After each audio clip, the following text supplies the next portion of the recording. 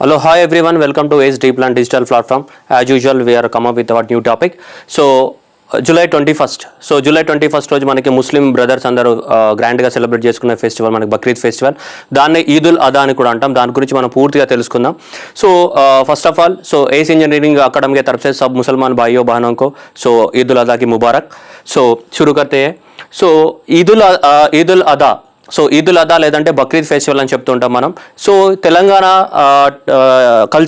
కల్చర్కి సంబంధించి మనకి టీఎస్పీఎస్సీ పెట్టే ఎగ్జామినేషన్లలో ఒక మార్క్ అనేది ఖచ్చితంగా ఇస్లామిక్ కల్చర్ గురించి ఒక మార్క్ అని వస్తుంది. అది రంజాన్ ఎందుకు సెలబ్రేట్ చేసుకుంటారని, ఈదుల్ అదా ఎందుకు సెలబ్రేట్ చేసుకుంటారని, లేదంటే హజ్ యాత్ర అంటే ఏంటిది, లేదంటే మొహరం అంటే ఏంటిది, ఇలా ఇస్లామిక్ టెర్మినాలజీ ఇస్లామిక్ ఫెస్టివల్కి సంబంధించినటువంటి ఒక క్వశ్చన్ అనేది కంపల్సరీగా మనకి ఎగ్జామినేషన్లో వస్తుంది. సో కాబట్టి ఎట్టి పరిస్థితుల్లో నెగ్లిజెన్స్ చేయకూడదు. ఓకే, ఆల్రెడీ మొహరం కానీ రంజాన్ కానీ ఈదుల్ అదా అనే చిన్న చిన్న క్వశ్చన్స్ అనేటివి అవుట్డేట్ అయిపోయినాయి. అంటే ఆల్రెడీ క్వశ్చన్స్ ఎగ్జామ్లో వచ్చి ఉన్నాయి. నెక్స్ట్ రాబోయే ఏంటిది, హజ్ యాత్ర గురించి ఎక్కువ మొత్తంలో క్వశ్చన్ రావడానికి చాలా ఎక్కువ మొత్తంలో ఛాన్సెస్ ఉన్నాయి. 1 మార్క్ కంపల్సరీ అమ్మ. సో ఈ వీడియో అనేది చిన్న వీడియోనే కాబట్టి మీకు చూస్తే 1 మార్క్ అనేది కంపల్సరీగా వస్తుంది. సో నేను టైం వేస్ట్ చేయకుండా ఒరిజినల్ స్టోరీలకి వెళ్ళిపోతా. ఓకే, సో అందరికీ ఈదుల్ అదా ముబారక్. ఈదుల్ అదా. సో ఈదుల్ అదా అంటే దట్ ఈస్ ఏమంటారు దీన్ని, festival of the sacrifice. Eid ul Adha is nothing but the festival of sacrifice అని పిలుస్తారు దీన్ని. ఫెస్టివల్ ఆఫ్ సాక్రిఫైస్, కుర్బానీ. సో సాక్రిఫైస్ త్యాగానికి సో ప్రతీకగా పిలుస్తుంటారు దేన్ని, ఈ ఈదుల్ అదా ఫెస్టివల్ని. ఈదుల్ అదా మరి ఎప్పుడు సెలబ్రేట్ చేసుకుంటారు, ఎందుకు సెలబ్రేట్ చేసుకుంటారు, హజ్ యాత్ర ఎప్పుడు చేస్తారు, హజ్ యాత్ర ఎన్ని రోజులు జరుగుతుంది, హజ్ యాత్రలో ముస్లిం బ్రదర్స్ ఏమేం చేస్తారు, సో ఇవన్నిటి గురించి మనం తెలుసుకుందాం. Okay, so again I'm saying that ACE Engineering Academy तरफ से सब मुसलमान भाइयों बहनों को सो ईद उल अदा मुबारक. Right, next one, this is about festival of the sacrifice. Eid ul Adha means that is the festival of sacrifice. Festival of the sacrifice. Right, why this festival is celebrated, why this Eid ul Adha, or otherwise in general term in Indian language we call Bakrid, or otherwise in the all over the world the people call it as a Eid ul Adha. So ఎందుకు ఇలా మరి ఎందుకు celebrate చేసుకుంటారు ఈద్ ఉల్ అదా అనేది మనం చూద్దాం. So Eid ul అదాకి చాలా ఎక్కువ మొత్తంలో మనకి స్టోరీ అనేది ఉంది. అంటే సో ముస్లిం బ్రదర్స్ ఎందుకు సెలబ్రేట్ చేసుకుంటానికి ఒక చిన్న స్టోరీ ఉంది. ఆ స్టోరీ ఏంటిదంటే ప్రొఫెట్ ఇబ్రాహీం. సో ముస్లిం మన ఇస్లాం ప్రవక్త అయినటువంటి ఇబ్రాహీం. సో ఇబ్రాహీంకి ఒక సన్ ఉన్నాడు. ఆ సన్ పేరు Ismail. Ibrahim and the Ismail. So ఇద్దరు ఉన్నారు అతనికి. So Ibrahim and the Ismail. So prophet ఎవరు, ఇబ్రాహీం. ఓకే, సో ప్రొఫెట్ పేరేంటిదమ్మా, ఇబ్రాహీం. సో ఈ ఇబ్రాహీంకి ఉన్నటువంటి కొడుకు పేరేంటిది, ఇస్మాయిల్. ఇబ్రాహీంకి ఉన్నటువంటి కొడుకు పేరేంటిది మనకి, ఇస్మాయిల్ అనే కొడుకున్నాడు.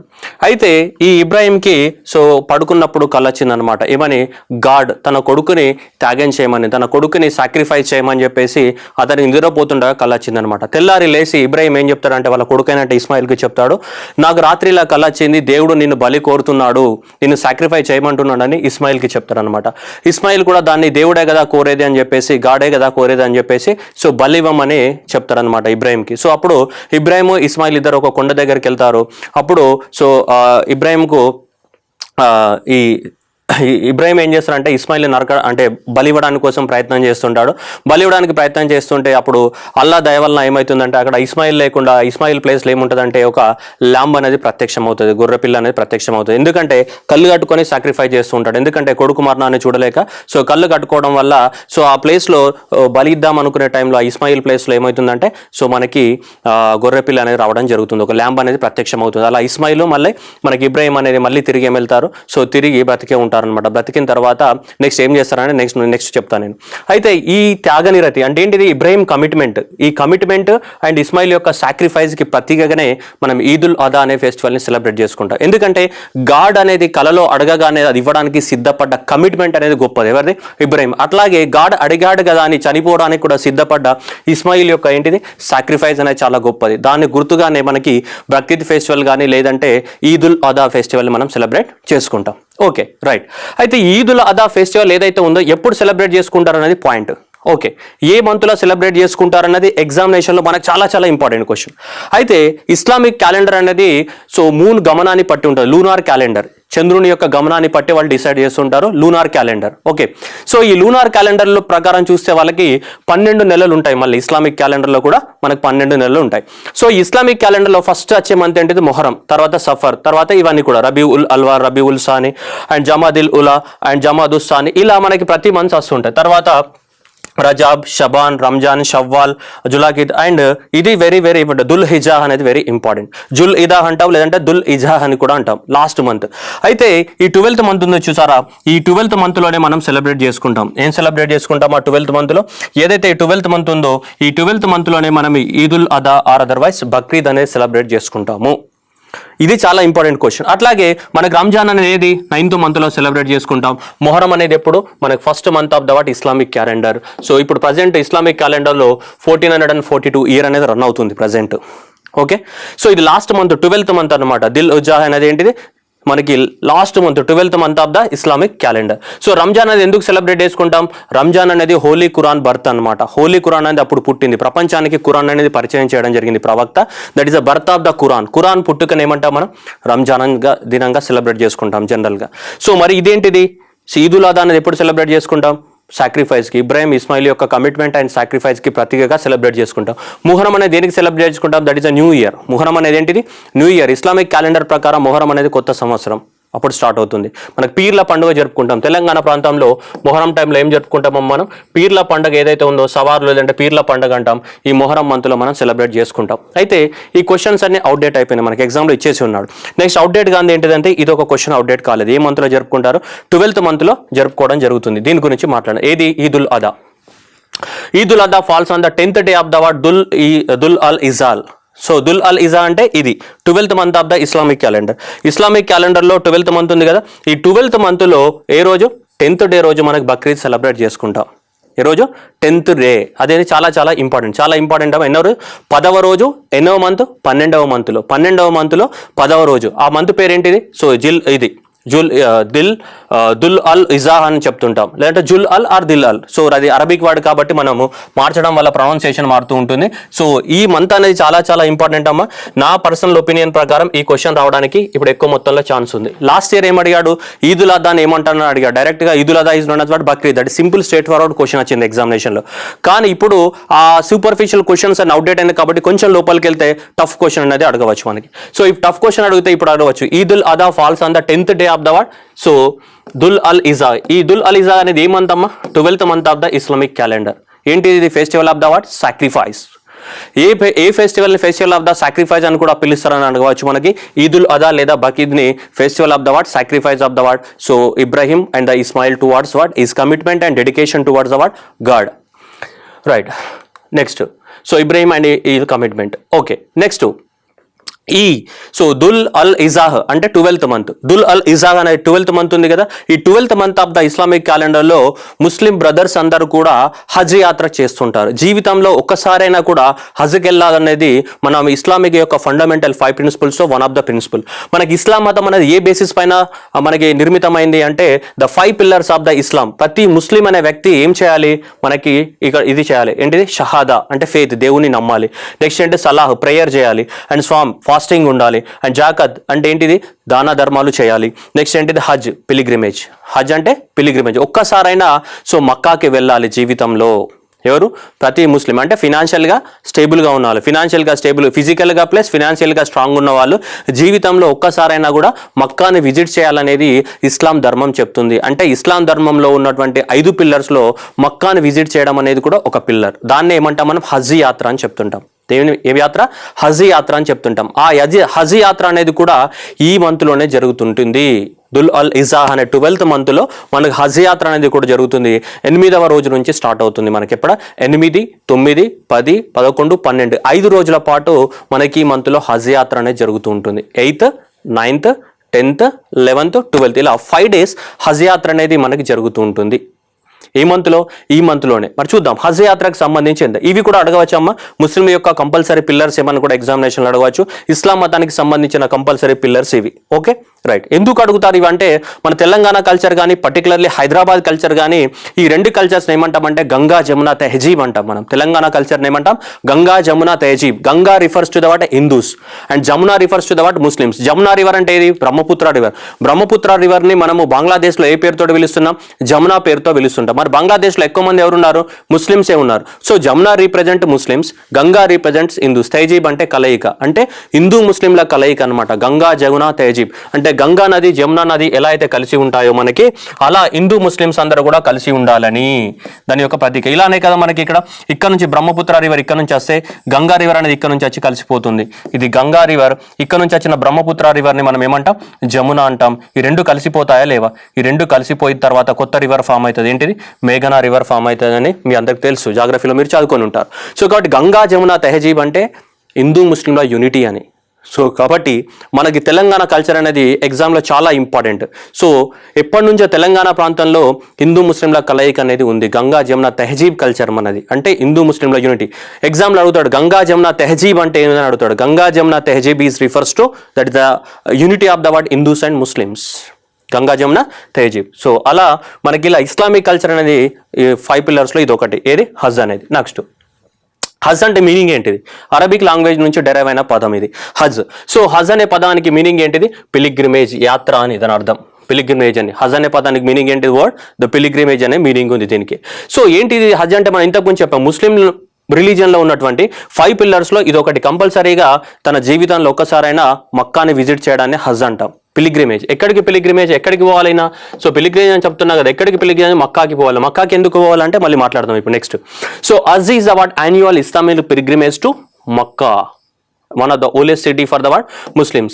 Hajj is mandatory religious duty for the world Muslims that must be carried out at least once there in the lifetime by the world all the adult Muslims who are. ఇది గుర్తుపెట్టుకోవాలి. అందరు కాదమ్మా, ఎవరైతే ఫిజికల్గా ప్లస్ ఫినాన్షియల్గా స్ట్రాంగ్ ఉంటారో, capable of the word undertaking the word journey and supporting their family during their options of the from the what home. అతను లేకపోయినా అతను ఇల్లు గడవాలి, ప్లస్ అతను ఫిజికల్గా ఫినాన్షియల్గా స్టేబుల్గా ఉంటే సో వాళ్ళు మాత్రమే వెళ్ళడానికి అవకాశం ఉంది. అందరూ వెళ్ళాల్సిన అవసరం లేదు. రూల్స్ ప్రకారం ఫినాన్షియల్గా కండిషన్స్ బాగున్న వాళ్ళు వెళ్తారు జనరల్గా. అలా ఎక్కడికి? మక్కాకి వెళ్తుంటారు. That is the Hajj is a mandatory religious duty. Mandatory అయినా సరే అందరికీ మ్యాండేటరీ కాదు, కండిషన్స్ అప్లై అనమాట. అలా మన హజ్ యాత్రకి వెళ్తుంటారు మనకి. ఓకేనా? హజ్ అనేది ఎప్పుడు? హజ్ యాత్ర ఇప్పుడు ఏ మంత్లో వస్తుందని చెప్పాను నేను? ఈ 12th మంత్లోనే. ఈ 12th మంత్ ఏంటిది? దుల్ అల్ ఇజా అనే మనం 12th మంత్ అని చెప్తుంటాం. ఈ దుల్ అల్ ఇజా ఏదైతే ఉందో ఈ 12th మంత్లో మనకి ఈ హజ్ యాత్ర అనేది ప్రారంభమవుతుంది. ఎప్పుడు? ఈ మంత్లో, ఈ 12th మంత్లో మనకి ఎప్పటి నుంచి? 8th నుండి 12th డే, ఈ 5 days అనేది మనకి హజ్ యాత్ర అనేది స్టార్ట్ అవుతుంది. 8వ రోజు నుంచి స్టార్ట్ అయ్యి 12వ రోజు 12 రోజులు 5 రోజుల పాటు కంటిన్యూగా మనకి హజ్ యాత్రలో 6 మనకి ఏంటి డిఫరెంట్ రిచువల్స్ అనేటివి పర్ఫామ్ చేస్తారు ముస్లిం బ్రదర్స్. ఆ రిచువల్స్ ఏంటిది అనేది కూడా మనం చూద్దాం. Okay, Hajj that is the Dhul Al Hijjah. Okay, 12th మంత్లో 8వ రోజు నుంచి 12వ రోజు వరకు సో 5 రోజుల పాటు జరుగుతుంది. అప్పుడప్పుడు 6 కూడా అయితే, కానీ మేజర్గా గుర్తుపెట్టుకుంటే 5 రోజులు. Okay, 8th to 12th day వరకు మనకి జరుగుతుంది. ఓకేనా? 12th day last 12th day. అయితే మధ్యలో 10th డే అన్నాం కదా. 10th డే రోజు ఏం జరుపుకుంటాం మనం? 8, 9, 10, 11, 12 అని చెప్తున్నాం కదా.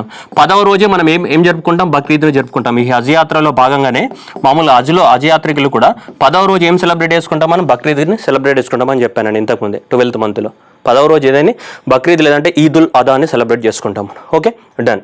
Right, next move on to this one. Right, so ఈ హజ్ యాత్ర అనేది మనకి సో ఈ 12th మంత్ అయిన దిల్ ఉల్ ఇజా మంత్లో స్టార్ట్ అవుతుంది. అయితే ఈ మంత్లో వీళ్ళందరూ ఏం చేస్తారంటే ముస్లిం బ్రదర్స్ అందరూ కూడా, అంటే ఎవరైనా సరే ఫినాన్షియల్ స్టెబిలిటీ ఉన్న వాళ్ళందరూ కూడా వాళ్ళ డ్యూటీని పర్ఫామ్ చేస్తారు. వాళ్ళ డ్యూటీ ఏంటిది? సో మనకి ఇస్లాం మతం ఏం చెప్తుంది? 5 ఇండల్స్లో హజ్ని ఒక్కసారైనా మక్కాను విజిట్ చేయాలి అని చెప్తుందా లేదా? సో అలా మనకి ఇక్కడ ఇదే జరుగుతుంది. ఇప్పుడు ఇక్కడ మక్కాకి వెళ్తారనమాట. ఈ మక్కాలో మనకు కనిపిస్తుంది కదా, ఈ మక్కాలో ఉన్నటువంటి ఈ పెద్ద మసీద్ ఉంది కదా. సో ఈ మసీద్ పేరేంటిది? మస్జిద్ అల్ హరామ్. Masjid al-Haram, that is the sacrified masjid, sacred masjid, not sacrified, sorry, sacred masjid, పవిత్రమైన మసీద్ అని అర్థం అల్-హరామ్. సో ఈ ప్రపంచంలో ఉన్నటువంటి ముస్లిమ్స్ అందరు కూడా ఒక్కసారైనా సరే ఈ మసీద్ని విజిట్ చేయాలనుకుంటారు మక్కాకి. ఈ మక్కాని సందర్శించడాన్ని మనం ఏమంటాం? హజ్ యాత్ర అంటాం. అది 5 రోజుల పాటు సాగుతుంటుంది. ఎప్పుడు? 8వ రోజు నుంచి 12వ రోజు వరకు. ఏ మంత్లో? 12వ మంత్లో. ఆ మంత్ పేరేంటిది? సో దిల్ ఉల్ ఇజా మంత్లో. Okay, right. నౌ ఇక్కడ మధ్యలో కనిపిస్తున్న దాన్ని ఏమంటాం మనం? కాబా అని చెప్తుంటాం. మధ్యలో కనిపిస్తున్న దాన్ని కాబా అని చెప్తాం. మరి ఈ మక్కాలో ఉన్నటువంటి ఈ మసీద్ని ఎవరు నిర్మించారంటే వాళ్ళే నిర్మించారు. ఎవరు? మనం ఇంతకుముందు చెప్పాం కదా, ప్రొఫెట్ ఇబ్రాహీం వాళ్ళ సన్ అయినటువంటి ఇస్మాయిల్ ఎవరైతే ఉన్నారో వాళ్ళే ఈ దీన్ని నిర్మించడం జరిగింది. ఓకేనా, ఇది నిర్మించడం. ఇది మనకి సౌదీ అరేబియాలోని మక్కాలో ఉందన్నమాట. ఇది ఏది, సో ఈ అల్హరామ్ అనేది. నెక్స్ట్ ఆ మధ్యలో ఉంది కదా, ఈ మధ్యలో ఉంది కదమ్మా, ఈ మధ్యలో ఉన్నదాన్ని కాబా అంటాం. కాబా అంటే ఏంటిది, the house of the God. The Kaaba is nothing but the house of the God. So Muslim brothers అందరూ కూడా మనకి ఈ మక్కాకి వెళ్ళేదంతా కూడా ఈ కాబాను సందర్శించడానికి. మేజర్లీ ఈ కాబాను సందర్శించి ఈ కాబా చుట్టూ మనకి సర్కాంబులేషన్ అంటే ప్రదక్షిణలు చేస్తూ ఉంటారు. 7 ప్రదక్షిణలు చేస్తారనమాట. 7 ప్రదక్షిణలు చేస్తారు. సో మక్కాకి రీచ్ అయిన తర్వాత సో మక్కాకి వెళ్ళి వాళ్ళందరూ కూడా ఏంటిదంటే white colour white and white dresses ధరించేసి పూర్తిగా సో వైట్ అండ్ వైట్లో మనకి సర్కాంబులేషన్ చేస్తూ ఉంటారు. దేని చుట్టూ, ఈ కాబా చుట్టూ. కాబా అంటే ఏంటిది, the house of the God అని. కాబా అంటే ఏంటిది, ద హౌస్ ఆఫ్ గాడ్ అని. Very very important question Kaaba అనేది. Okay right.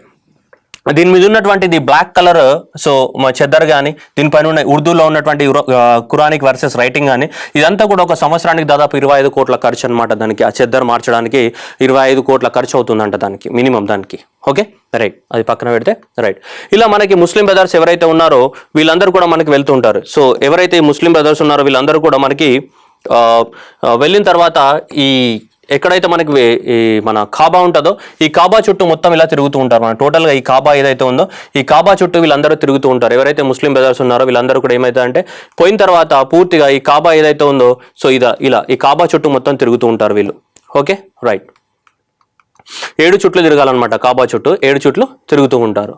Okay, అల్హరామ్ Kaaba. Kaaba అంటే the house of the God. ఇది ఎవరు కట్టించారు, వాళ్ళ ఎవరు, Ibrahim and Ismail. So Ibrahim and Ismail కట్టించడం జరిగింది. ఓకే, దాని తర్వాత సో హజ్ యాత్రకి వెళ్ళిన వాళ్ళు ఇంకా విజిట్ చేసేది ఏంటి ఉంటుందంటే ఇది నేను మామూలుగా సింపుల్ ఇంట్రడక్షన్ ఇస్తున్నాను. నెక్స్ట్ మీకు చెప్తా ప్రాసెస్. అంటే 5 రోజులు ఏది ముందు చేస్తారు ఏది తర్వాత చేస్తారు అనేది నీకు చెప్తాను. మీరు నెక్స్ట్ ఇలా దాని చుట్టూ తిరుగుతుంటారు. కాబా చుట్టూ ఇలా ముస్లిమ్స్ అందరూ తిరుగుతూ ఉంటారు. Next black stone. ఈ కాబా ఉంది కదా, ఈ కాబా అంటే హౌస్ ఆఫ్ ద గాడ్. దీనికి ఒక రాయి ఉంటుంది ఇక్కడ, బ్లాక్ స్టోన్ అని చెప్తారు. ఈ బ్లాక్ స్టోన్ ని కూడా సందర్శించడం జరుగుతుంది. దానికి eastern side of the so ఈ మన కాబాకి ఈస్టర్న్ సైడ్ ఆఫ్ ద కాబాకి ఈస్టర్న్ కార్నర్లో ఏముంటుందంటే మనకి బ్లాక్ స్టోన్ అనేది ఉంటుంది. మనకి ఈ బ్లాక్ స్టోన్ని కూడా సందర్శిస్తూ ఉంటారనమాట మనకి. ఎందుకంటే ఆ స్టోన్ అనేది కూడా సో హెవెన్ నుంచి వచ్చింది, అది కూడా అల్లా పంపించడం అనేది ఒక నమ్మకం. సో హెవెన్ నుంచి వచ్చింది కాబట్టి ఈ బ్లాక్ స్టోన్ ఏదైతే ఉందో ఈ black stone eastern corner of the what Kaaba. ఈ కాబా ఏదైతే ఉందో ఈ కాబాకి ఈస్టర్న్ కార్నర్లో ఇలా ఒక చిన్న బ్లాక్ స్టోన్ ఉంటుంది.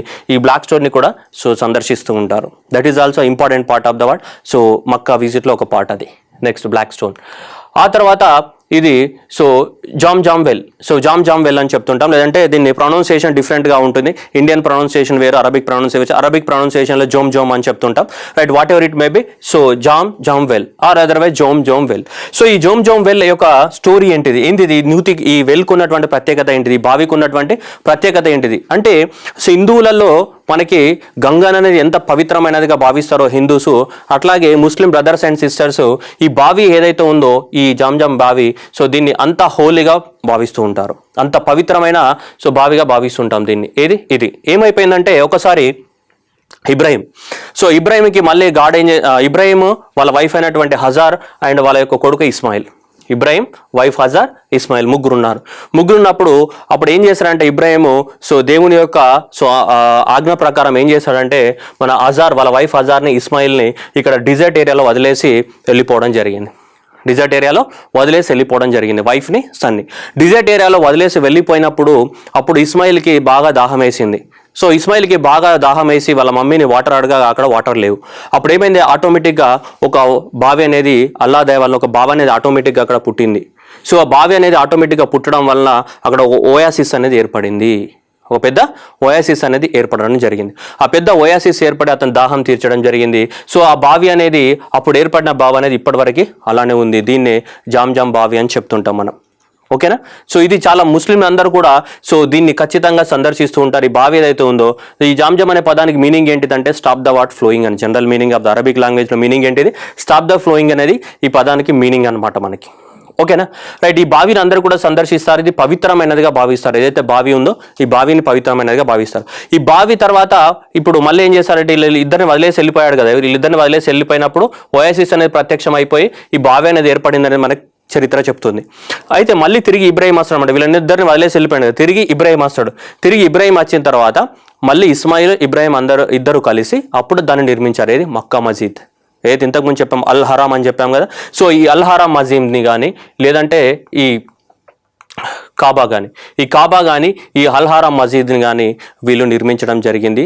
సో ఎవరు? ఇబ్రాహిం. ఆ తర్వాత అప్పుడు ఇది అక్కడ ఓయాసిస్ ఫామ్ అయిన తర్వాత ఈ మసీద్ని నిర్మించిన తర్వాత అక్కడ చిన్న చిన్నగా పీపుల్ అనే వాళ్ళు సెటిల్ అయ్యి ఈరోజు అది పెద్ద మక్కా నగరంగా మారింది అది.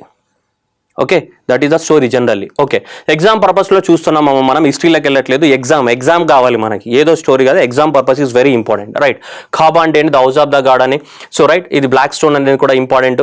నెక్స్ట్ జంజం, సో వాళ్ళకి పవిత్రమైనదిగా భావిస్తారు, ఎందుకంటే అల్లా యొక్క దయ వలన అక్కడ బావి అనేది ఫామ్ అయింది కాబట్టి. సో ఓకే, ఇది నెక్స్ట్.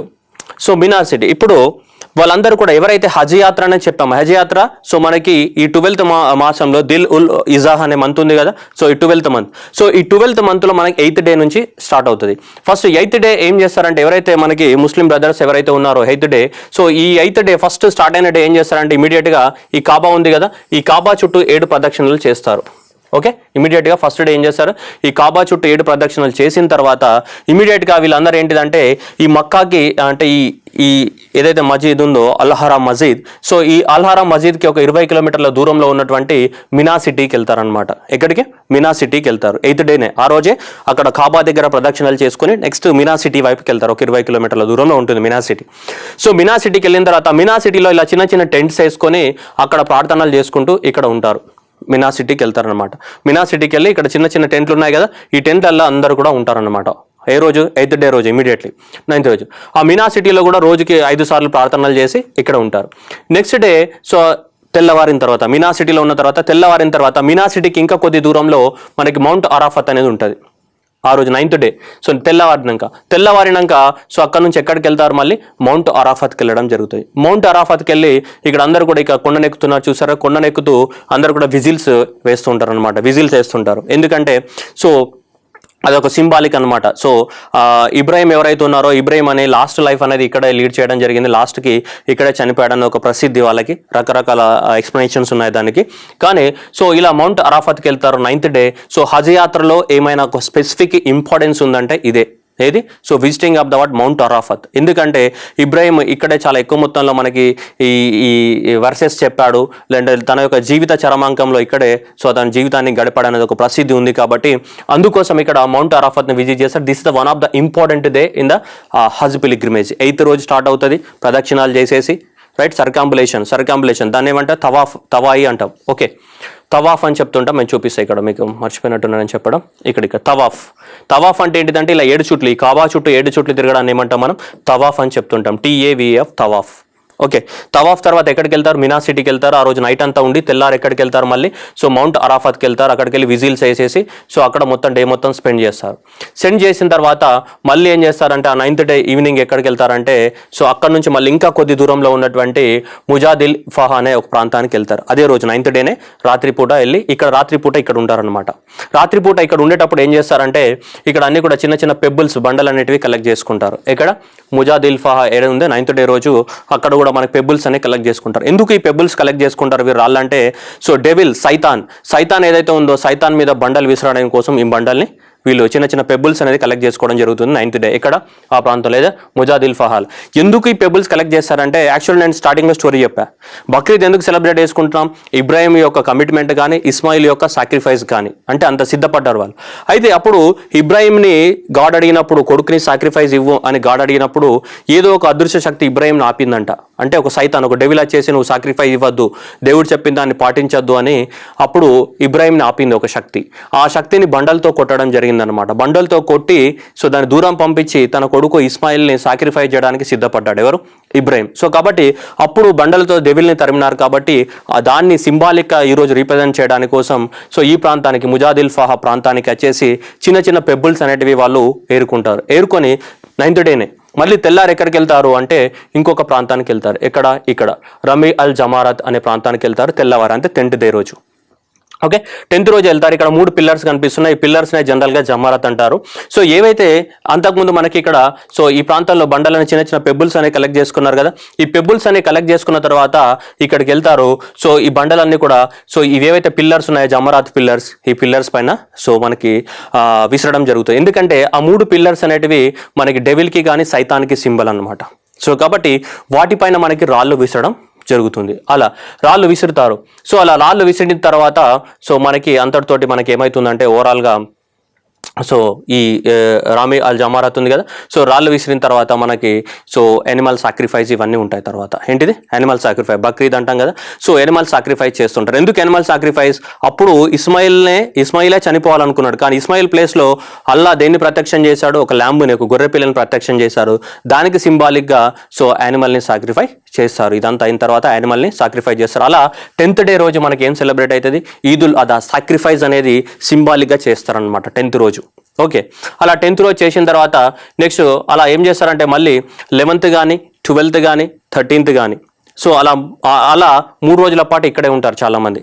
ఓకే, సో ఆ తర్వాత 11th కానీ 12th కానీ 13th కానీ ఇలా 3 రోజుల పాటు ఇక్కడే ఉండి మళ్ళీ తిరిగి సో మక్కాకి వచ్చి మళ్ళీ కాబా చుట్టూ 7 ప్రదక్షిణలు తిరిగి మళ్ళీ వాళ్ళ గమ్యస్థానాలకి ప్రయాణం చేసుకుంటారు. ఇదన్నమాట ఓవరాల్గా హజ్ యాత్ర అంటే ఇంత ఉందన్నమాట. హజ్ యాత్ర అంటే ఫస్ట్ ఏంటిది? ఇక్కడ మనకి కాబా. సో హజ్ యాత్ర అంటే ఏంటిది? మనకి ఈ కాబా చుట్టూ 7 చుట్లు తిరిగేసి తర్వాత మినా సిటీకి వెళ్ళి అక్కడ ప్రార్థనలు చేసుకొని ఒక డే ఉండి తర్వాత తెల్లారు ఎక్కడికి వెళ్ళడం? మౌంట్ అరాఫత్. సో మౌంట్ అరాఫత్కి వెళ్ళి విజిల్స్ వేసి అక్కడ ఉండడం.